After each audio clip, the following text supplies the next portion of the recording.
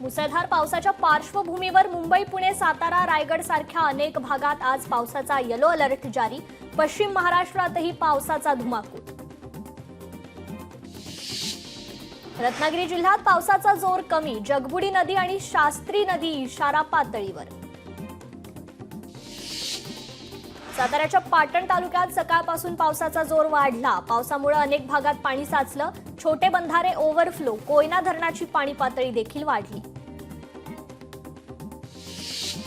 पंढरपुरात पावसाचा धुमाकूळ. उजनी धरणात जूनच्या दुसऱ्या आठवड्यात 50% भरलं.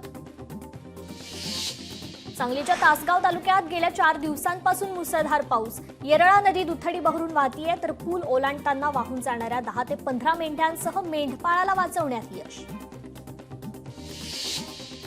नवी मुंबईतील वाशी प्लाझाची भिंत कोसळली. भिंत कोसळल्याने 8 ते 10 गाड्यांचं नुकसान. कोणतीही जीवितहानी नाही. शिरूरच्या घोडधरण परिसरात मुसळधार पाऊस. घोड धरणातून उजनी जलाशयात पाण्याचा विसर्ग सुरू. नदीकाठच्या शेतकऱ्यांना सतर्क राहण्याचं आवाहन. मुंबईसह कोकणात मुसळधार पाऊस. मध्य महाराष्ट्र, मराठवाड्यात मध्यम स्वरूपाचा पाऊस, तर विदर्भात अद्याप पाऊस नाही. अकोल्यात मूर्तिजापूर तालुक्यात हिरपूर गावातील नालेसफाईचं काम अद्याप रखडलेलं. पावसामुळे नाल्याचं पाणी रस्त्यावर. परिसरात दुर्गंधी, रोगराईची देखील भीती.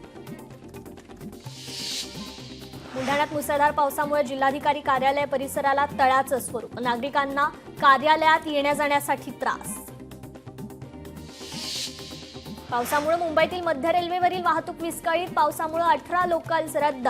रेल्वे 10 ते 15 मिनिटं उशिरानं. सिंधुदुर्ग जिल्ह्यात पावसाची उसंत. जिल्ह्यात सह्याद्री पट्ट्यात पाऊस असला तरी अन्य भागात पावसाची विश्रांती. चंद्रपुरात शेतकऱ्याला पावसाची प्रतीक्षा. समाधानकारक पाऊस अद्याप न पडल्यानं पेरण्या रखडल्या. पुरेसा पाऊस पडल्याशिवाय पेरण्या न करण्याचं जिल्हा कृषी अधिकाऱ्यांचं शेतकऱ्यांना आवाहन. छत्रपती संभाजीनगरात शेतकरी सवलतीच्या बियाणांपासून वंचित. ऑनलाईन नोंदणीच्या प्रक्रियेत अडथळा. सर्व्हर डाऊन असल्यानं शेतकऱ्यांच्या महा ई सेवा केंद्रात फेऱ्या. अमरावतीमध्ये खरीप हंगामाच्या पेरणीला सुरुवात. शेतकऱ्यांचं बियाणे खरेदीसाठी बाजारपेठेमध्ये गर्दी. वर्ध्यात वाघाच्या हल्ल्यात 2 जनावरांचा मृत्यू. शेतकऱ्यांचं 1 लाखांचं नुकसान. परिसरात भीतीचं वातावरण. कोल्हापुरात पिसाळलेल्या श्वानाचा 4 जणांना चावा. 4ही जण गंभीर जखमी. पिसाळलेल्या श्वानांच्या बंदोबस्ताची मागणी.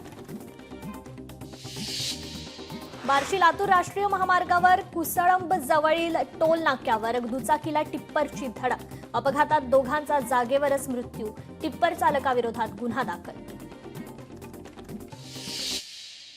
बुलढाण्यात गेल्या 5 महिन्यात 320 अपघात. 182 नागरिकांचा मृत्यू. नैसर्गिक मृत्यूपेक्षा अपघातातील मृत्यूंची संख्या अधिक. समृद्धी महामार्गावर 15 अपघातात 9 जणांचा मृत्यू. छत्रपती संभाजीनगरमध्ये विद्युत वाहिनीचा शॉक लागून शेतकऱ्यांचा मृत्यू. गावकऱ्यांमध्ये आक्रोश व्यक्त. परभणीत विजेच्या शॉकने कामगाराचा मृत्यू. दुर्दैवी मृत्यूने परिसरात हळहळ व्यक्त. समाज माध्यमावरून अश्लील छायाचित्रांच्या आधारे तरुणींना धमकावणाऱ्या आरोपीला अटक. दहिसर पोलिसांनी कर्नाटकमधून आरोपीला अटक केली. धाराशिवमध्ये मोबाईल रिचार्जच्या माध्यमातून नागरिकांची फसवणूक. 1 लाख रुपयात 4 ते 5 हजार रुपयांचा रिचार्जचा आमिष दाखवत नंतर सक्तीने वसुली. पोलिसांकडून प्रकरणी चौकशी सुरू. इंदापूरमध्ये ऊसतोड कामगारांच्या नावाखाली 6 लाखांची फसवणूक. आरोपी फरार. पोलीस स्टेशनमध्ये गुन्हा दाखल.